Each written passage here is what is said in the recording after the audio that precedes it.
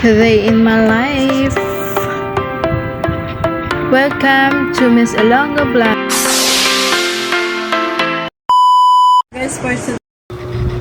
So guys, welcome to my vlog. Ito na, manghimos na kita sa aton ng mga pinamakal. Spices at saka mga nag-aayos. Siya muna mag-aayos kasi nga may bata pang Yung maliit naming tindahan. Sige, agad Kulang sa puhunan. Pinaano lang namin. Pinagkakasya lang namin hanggat mapuno-puno siya. Ayan. Yan yung pinamili ko ngayon. Ilang box lang yan. Yan ko muna yung mag-aayos dyan. Dyan lang kayo ha.